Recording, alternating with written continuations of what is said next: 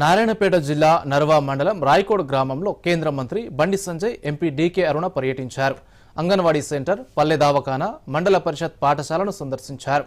ఈ సందర్భంగా బండి సంజయ్ మాట్లాడుతూ కేంద్ర ప్రభుత్వం ఏర్పాటు చేసిన నీతి ఆయోగ్ ద్వారా పాఠశాలలో మధ్యాహ్న భోజనం, పిల్లలు, గర్భిణీలకు పౌష్టికాహారం నిధులు వస్తున్నాయని చెప్పారు.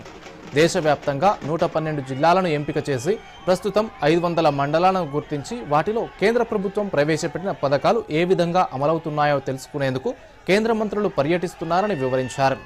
ఇందులో భాగంగానే రాయకోడ్ గ్రామంలో తాను పర్యటిస్తున్నట్టు చెప్పారు. రాష్ట్రంలోని భూపాలపల్లి, ములుగు, నారాయణపేట జిల్లాల్లో పర్యటిస్తానని వెల్లడించారు.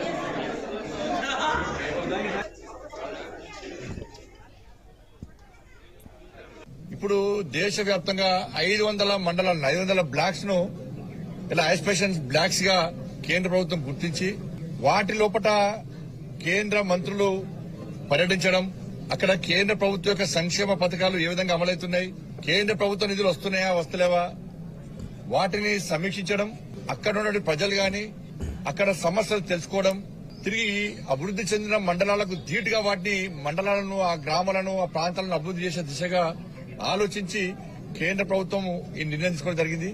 తెలంగాణ రాష్ట్రంలో 3 జిల్లాలను యాస్పిరేషన్ డిస్ట్రిక్ట్స్ గా, 10 మండలాలను, 10 బ్లాక్స్ కూడా యాస్పిరేషన్